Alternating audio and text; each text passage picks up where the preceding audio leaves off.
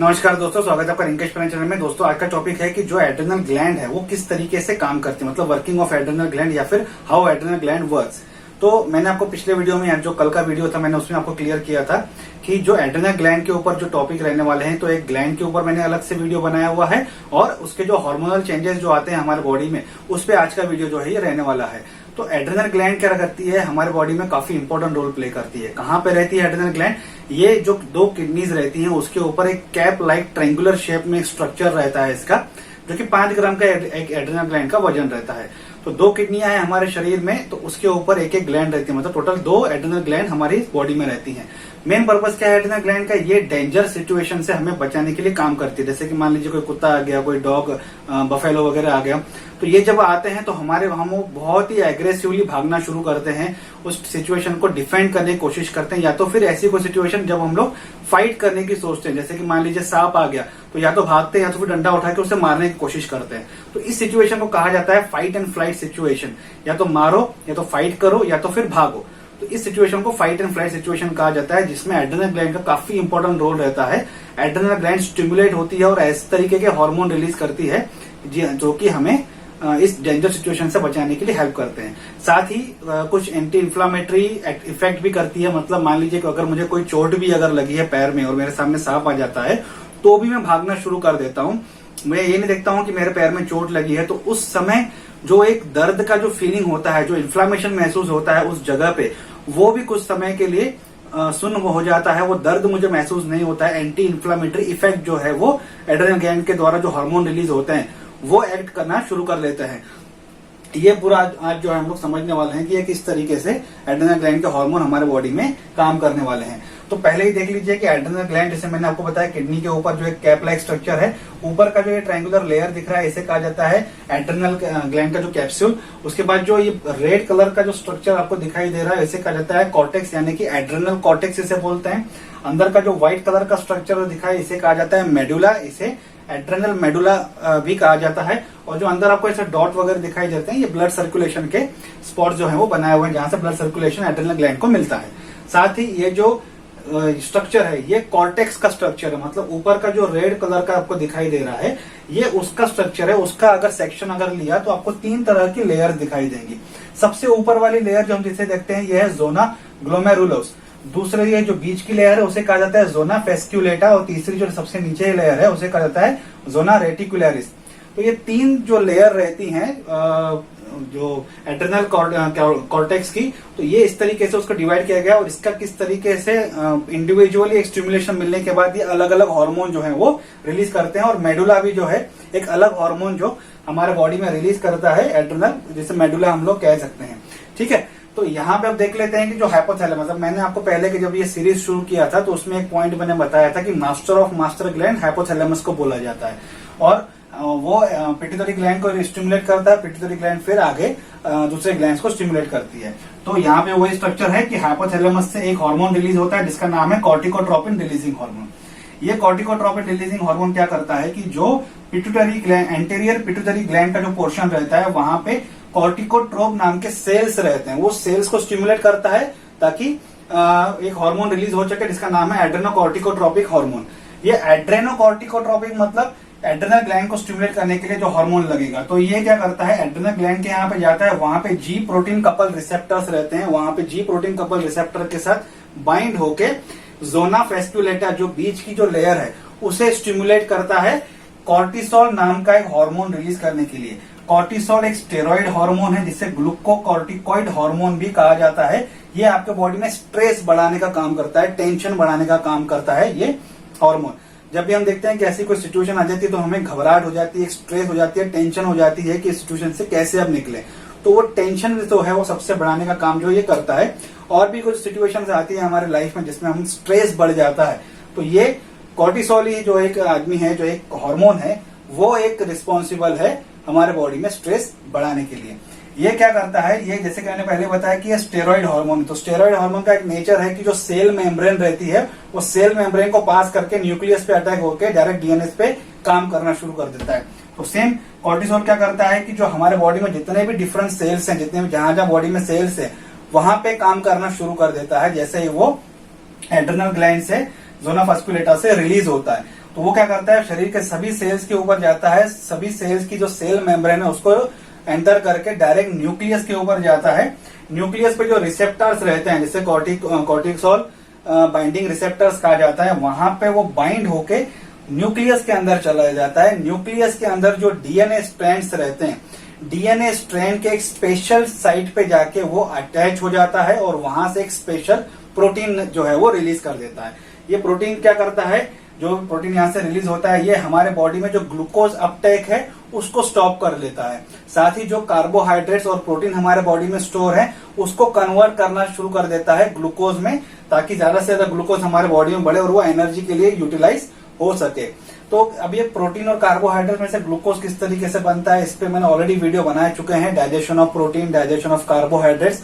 तो उसमें आप जो है वो वीडियो रेफर करके वो एक टॉपिक जो है ग्लूकोज डाइजेशन का, या फिर जो प्रोटीन और कार्बोहाइड्रेट ग्लूकोज में कन्वर्ट होते हैं, वो आप वहां पे जाके देख सकते हैं। ठीक है, अब जैसे ही ये स्ट्रेस बढ़ता है ग्लूकोज हमारे बॉडी में बढ़ना शुरू हो जाता है। तो ग्लूकोज बढ़ेगा तो किसके ऊपर प्रेशर जाएगा, पेंक्रियास के ऊपर। पेंक्रियास क्या करेंगे, ज्यादा से ज्यादा इंसुलिन रिलीज करेंगे।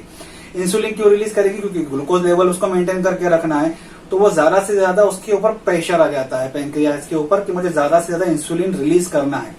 जितनी उसकी कैपेसिटी रहती है वो रिलीज कर पाती है, लेकिन अगर स्ट्रेस अगर ज्यादा है, बार बार है, ज्यादा है और बार बार बढ़ता ही जा रहा है, बढ़ता ही जा रहा है, तो एट द एंड की पेंक्रियास जो है वो हिम्मत छोड़ देती है और वो इंसुलिन को बनाने का जो एक उसके अंदर सेल्स रहते हैं वो खत्म हो जाते हैं या बंद हो जाते हैं या फिर कम हो जाते हैं। तो फिर वो इंसुलिन बना नहीं पाती है, जिसकी वजह से ग्लूकोज बढ़ता जाता है, जिसकी वजह से ये डायबिटीज के लिए रिस्पॉन्सिबल रहता है। इसलिए कॉर्टिसोल को इंसुलिन रेजिस्टेंस कहा जाता है, क्योंकि ये इंसुलिन हो या नहीं उसको कुछ फर्क नहीं पड़ता, वो ग्लूकोज लेवल बढ़ाता जाता है, इसलिए उसे इंसुलिन रेजिस्टेंस कहा जाता है। साथ ही ये जो कॉर्टिसोल है एंटी इन्फ्लामेटरी इफेक्ट भी जो है वो बनाता है, जिससे मैंने आपको पहले ही बताया कि ये क्या करता है कि जो इन्फ्लामेटरी एजेंट्स है, मान लीजिए मुझे यहाँ पे चोट लगती है कुछ, तो यहाँ पे सूजन आती है, पर ये मुझे कैसे महसूस होगा कि मैं ऐसे यहाँ हाथ लगाता हूँ तो सूजन महसूस होती है, यहाँ हाथ लगाऊंगा सूजन महसूस होती है, तो ये पता कैसे चलता है, तो वो इन्फ्लामेटरी एजेंट्स रहते हैं जिसको जो मुझे इन्फॉर्मेशन देते हैं कि यहाँ पे छूने से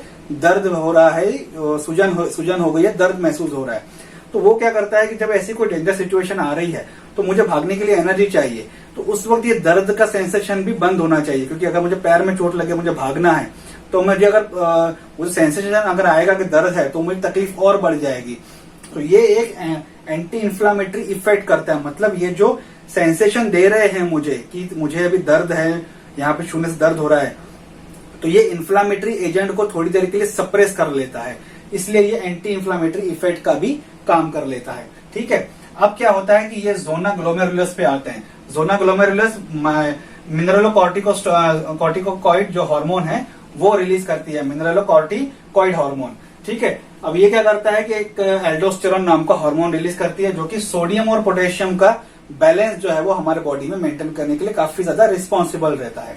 अब ये बैलेंस जो है वो सोडियम पोटेशियम का हमारे बॉडी में जो होता है वो किस तरीके से होता है और क्यों होता है, तो ये वाटर और सोडियम का बैलेंस मेंटेन करने के लिए रहता है, जिसकी वजह से हमारे बॉडी में हार्ट रेट या फिर बॉडी का जो एक जेस्चर रहता है वो, या फिजियोलॉजी जिसे हम लोग कहते हैं, वो मेंटेन करने के लिए सोडियम पोटेशियम एक चैनल के थ्रू जो है वो बैलेंस किया जाता है, वाटर रिटेंशन के द्वारा वो किया जाता है। डिटेल्ड वीडियो में इस पे अलग बनाने वाला हूं, लेकिन एक मैकेनिज्म के द्वारा ये होता है, वो मैकेनिज्म कौन सा होता है उसका बेसिक मैं आपको यहाँ पे बता देता हूं। इसमें इस जो सिस्टम है जो इसे कहा जाता है रेनिन एंजियोटेंसिन एल्डोस्टेरोन सिस्टम। अब क्या होता है कि एल्डोस्टेरोन का फंक्शन क्या है, हमारे बॉडी में सोडियम की मात्रा बढ़ाना और पोटेशियम की मात्रा को कम करना, जिसकी वजह से कॉन्ट्रैक्शन बढ़ सके और ब्लड प्रेशर जो है वो बढ़ सके। होता क्या है, लो ब्लड प्रेशर अगर हो जाता है, हम लोग एकदम रिलैक्स बैठे हुए हैं या सुबह उठते हैं तो एकदम रिलैक्स रहते हैं, तो लो ब्लड प्रेशर रहता है, तो धीरे धीरे उसको प्रेशर बढ़ाने का काम, या फिर अचानक कोई ऐसी डेंजर सिचुएशन आती है तो उस टाइम पे हमारे बॉडी में जितना फास्ट ब्लड फ्लो होगा उतना फास्ट हम लोग काम कर पाएंगे, उतना फास्ट हम लोग भाग पाएंगे। तो वो क्या होता है, जब लो ब्लड प्रेशर रहता है तो उसको हाई ब्लड प्रेशर में कन्वर्ट करना जरूरी होता है, ताकि वो डेंजर सिचुएशन से निकला जा सके। तो ये क्या करता है, किडनी से जो लो ब्लड प्रेशर होता है तो किडनी से क्या होता है कि एक स्पेशल प्रोटीन रिलीज होता है जिसका नाम है रेनिन। अब ये रेनिन जाता है लीवर के पास, लीवर को बोलता है एक प्रोटीन फॉर्मेशन करो, एक नया प्रोटीन बनाओ जिसका नाम है एंजियोटेंसिन। ये एंजियोटेंसिन क्या करता है, जोना ग्लोमेरुलस यानी कि जो ऊपर की जो लेयर है एड्रेनल कॉर्टेक्स की, उसको जाके स्टिमुलेट करता है कि तू रिलीज कर एल्डोस्टेरॉन। इसलिए इसे रेनिन एंजियोटेंसिन एल्डोस्टेरॉन कहा जाता है। ये क्या होता है, ब्लड वेसल्स में चला जाता है और जो सोडियम और वाटर रिटेंशन का काम करता है। इतना सिर्फ बेसिक आप समझ लीजिए। इस पे अलग से वीडियो 2-3 दिन में आ जाएगा कि जो रेनिन एंजियोटेंसिन एल्डोस्टेरॉन सिस्टम रहता है, रेनिन सिस्टम भी इसे सिंपल भाषा में कहा जाता है, तो वो उसके ऊपर हम लोग डिटेल एक बार समझ लेंगे। ठीक है, अभी हम लोग देख लेते हैं कि जो तीसरा जो इसका लेयर है एड्रेनल कॉर्टेक्स का, वो है जोना रेटिकुलरिस। जोना रेटिकुलरिस मैंने पिछले वीडियो में बताया कि ये एंड्रोजन हार्मोन रिलीज करता है, एंड्रोजन हार्मोन्स बनाने में हेल्प करता है। तो एंड्रोजन हार्मोन्स किस तरीके से वो बनाने में हेल्प करता है, ये प्रिकर्सर रिलीज करता है टेस्टोस्टेरॉन और एस्ट्रोजन के। टेस्टोस्टेरॉन पुरुषों में जो पुरुषार्थ की जो हार्मोन्स रहते हैं उसको बनाने में, जो सेकेंडरी सेक्सुअल हार्मोन्स रहते हैं उससे बनाने में हेल्प करता है। और एस्ट्रोजन स्त्रियों में जो हार्मोनल चेंजेस होते हैं, सेक्सुअल हार्मोन्स जो रहते हैं या सेकेंडरी सेक्सुअल चेंजेस जिसे हम लोग, या सेकेंडरी सेक्सुअल कैरेक्टरिस्टिक हम जिसे बोलते हैं, वो बनाने में एस्ट्रोजन हेल्प करता है। तो ये पुरुषों में ज्यादा होते हैं, दोनों में है, लेकिन टेस्टोस्टेरॉन पुरुषों में ज्यादा रहता है, एस्ट्रोजन स्त्रियों में ज्यादा रहता है। तो अगर ये इम्बैलेंस होता है तो कुछ चेंजेस दोनों में देखने को मिलते हैं।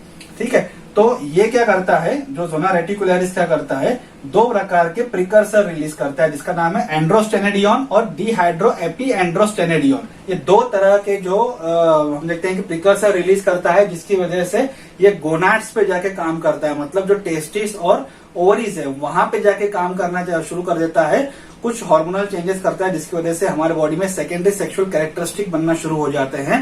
सेकेंडरी सेक्सुअल हार्मोन जिसे हम लोग कहते हैं वो बनना शुरू होते हैं। प्यूबिक्स पे हेयर आना शुरू, अंडर आर्म्स हेयर आना शुरू, ब्रेस्ट का डेवलपमेंट होना, उसके अंदर जो मिल्क जो ग्लोब्यूल्स हैं वो बनना शुरू होना, या फिर हम देखते हैं स्पर्म्स बनना, एग बनना, मेंस्ट्रुएशन साइकिल आना। ये जो चेंजेस पुरुषों स्त्रियों में एक एज के बाद होते हैं वो ये हार्मोन रिलीज होने की वजह से होते हैं। तो आप खुद देखिए कि कितना छोटा ग्लैंड है लेकिन कितना इंपॉर्टेंट ग्लैंड जो है वो हमारे बॉडी में काम करता है। तो ये हो गया एड्रेनल कॉर्टेक्स के तीनों ग्लैंड के ऊपर जो मैंने आपको पूरा इन्फॉर्मेशन दे दिया। अब हम देखते हैं कि जो एड्रेनल का जो मेडुला जो लेयर रहता है, जो अंदर का जो आपको दिखाई दे रहा है ये व्हाइट कलर का एड्रेनल का, वो लेयर का हम लोग देखते हैं कि किस तरीके से काम करता है। तो ये जो एड्रेनल मेडुला रहता है 2 तरह के हार्मोन रिलीज करता है। एक है एड्रेनलिन जिसे एपिनेफ्रिन कहा जाता है, दूसरा है नॉन एड्रेनलिन जिसे नॉर एपिनेफ्रिन कहा जाता है। ठीक है, ये क्या होता है, जब भी कोई डेंजर सिचुएशन आती है, ऐसी कोई घबराहट वाली सिचुएशन आती है, तो क्या करता है हमारा सिंपैथेटिक नर्वस सिस्टम जो ऑटोनॉमिक नर्वस सिस्टम का हिस्सा है,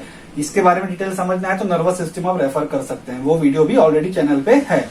तो सिंपैथेटिक नर्वस सिस्टम को स्टिमुलेट करता है, वो क्या करता है एड्रेनल के मेडुला जो पोर्शन है उसको स्टिमुलेट करता है एड्रेनल हार्मोन रिलीज करने के लिए। कौन सा, एड्रेनलिन और नॉन एड्रेनलिन। ये दोनों हार्मोन जो है ये अमाइन हार्मोन है, जिसे कैटाकोलामाइन कहा जाता है। ये अमाइन हार्मोन है। इसका इफेक्ट क्या होता है, मतलब ये क्या काम करता है हमारे बॉडी पे, एक साथ अलग अलग जगह पे काम करता है। हार्ट पे जाके इंक्रीज कर देता है हार्ट बीट बढ़ाने से जो ब्लड प्रेशर है वो बढ़ाने का काम कर देता है और वो ब्लड फ्लो बढ़ाने का काम कर लेता है। लंग्स में जो एयर के जो बैग्स रहते हैं उसे एक्सपांड कर देता है ताकि ज्यादा से ज्यादा सांस लेके और वो भागने में हेल्प कर सके। आईज के जो हमारे आंखों पे जाके अफेक्ट करता है, जो प्यूपिल्स है ना उसे डायलेट करने का काम करता है। और इंटेस्टाइन पे जाते वहां पे जो इंटेस्टाइन का वर्क रहता है उसे रिड्यूस कर लेता है, क्योंकि वो कुछ भी डाइजेशन करने के लिए इंटेस्टाइन में हम लोग देखते हैं काफी एनर्जी लगती है, तो उससे कुछ समय के लिए होल्ड करवा देता है ताकि वो एनर्जी यूटिलाइज हो सके दूसरे काम में या फिर भागने में। विजन और हियरिंग के जो सेंसेशन रहते हैं, मतलब आंखों के और सुनने के जो सेंसेस हैं उसे काफी हाई कर देता है, ताकि छोटी छोटी बात भी या छोटे छोटे मूवमेंट भी अगर कुछ इधर उधर से हो रहा है तो हम लोग देखते हैं कि हम लोग भागते हैं, कभी इधर से आए तो हम इधर भागते हैं, कभी उधर से आए तो हम लोग लेफ्ट राइट हम लोग जो होते हैं, कभी कभी जैसी कोई डेंजर सिचुएशन आती है तो वो क्यों होता है, क्योंकि विजन और हियरिंग सेंसेस स्ट्रांग हो जाते हैं। मान लीजिए कभी भूकंप आए, इधर उधर से पत्थर गिर रहे हैं, हम लोग भाग रहे हैं, तो इधर उधर से अगर जो बचाने के लिए हम लोग कोशिश करते हैं तो वो जो सेंसेशन है वो बढ़ जाते हैं। इसकी बेसिस पे हम लोग ये सब कर पाते हैं। अब होता क्या है, नॉन एड्रेनलिन डायरेक्ट स्टिमुलेट नहीं होता क्योंकि ये न्यूरोट्रांसमीटर है। न्यूरोट्रांसमीटर मतलब ऐसे ट्रांसमीटर जो सिर्फ नर्वस सिस्टम के स्टिमुलेशंस के द्वारा ही एक्ट करते हैं, उनके मैसेज के द्वारा ही काम करते हैं, अदरवाइज नहीं करते हैं। तो एड्रेनलिन हार्मोन क्या करता है, मैसेज देता है central nervous sympathetic nervous system को। सिंपैथेटिक नर्वस सिस्टम क्या करता है, फिर नॉन एड्रेनलिन के जो रिसेप्टर्स रहते हैं, जैसे न्यूरोट्रांसमीटर्स रहते हैं, उसको स्टिमुलेट करके नॉन एड्रेनलिन जो है वो रिलीज करवाता है। तो एड्रेनलिन हेल्प करता है नॉन एड्रेनलिन को रिलीज करने में। ठीक है, दोनों का काम कुछ ज्यादा फर्क नहीं, दोनों एक जैसे ही हैं, लेकिन जो एड्रेनलिन है वो हार्ट पे ज्यादा काम करता है, मतलब दिल की धड़कन बढ़ाने में काम करता है। नॉन एड्रेनलिन ब्लड वेजल्स पे ज्यादा काम करता है, मतलब कॉन्ट्रेक्शन बढ़ा देता है ब्लड वेजल्स का, जिसकी वजह से ब्लड फ्लो फास्ट हो जाता है, कॉन्ट्रेक्शन बढ़ाने में काम करता है। अब एक पूरे वीडियो का अगर आप सार देखें तो ये क्या होता है, जब कोई डेंजर सिचुएशन आती है तो हमारा स्ट्रेस बढ़ जाता है। ठीक है, ये हार्मोन की वजह से। दूसरा हम लोग देखते हैं कि जो अलग अलग सोडियम वगैरह जो चेंजेस आते हैं, कॉन्ट्रैक्शन बढ़ जाता है, बीपी अगर लो उस टाइम पे बीपी एकदम फास्ट कर देता है। दूसरे हार्मोन की वजह से हम लोग देखते हैं कि जो अलग अलग ऑर्गन्स पे अफेक्ट होता है, विजन हियरिंग बढ़ जाता है, तो ये कंप्लीटली काम करता है। साथ ही कोई मुझे दर्द है, कोई पेन है, कोई चोट लगी है, तो उसको भी, उसके सेंसेस है ना, उसको भी कम कर देता है, और फिर ये उस डेंजर सिचुएशन से हमें निकलने में हेल्प करता है। जैसे हम लोग उस डेंजर सिचुएशन से निकल जाके एक सेफ पोजीशन पे चले जाते हैं, धीरे धीरे सब नॉर्मलाइज हो जाता है। तो ये चीजें आपने हर सभी व्यक्ति ने एक बार अपनी लाइफ में फेस किया है, तो खुद देखिए, खुद समझिए कि जो एड्रेनल ग्लैंड है कितनी इंपॉर्टेंट ग्लैंड है हमारे बॉडी की। तो आज का टॉपिक यहीं तक था। आई होप आपका आज का वीडियो अच्छा लगा होगा। वीडियो अच्छा लगे तो लाइक और शेयर जरूर कीजिएगा। अगर आपको कमेंट है तो आप कमेंट बॉक्स में कमेंट कर सकते हैं, और मुझे इस चैनल को सपोर्ट करने के लिए प्लीज सब्सक्राइब कीजिए। Thank you.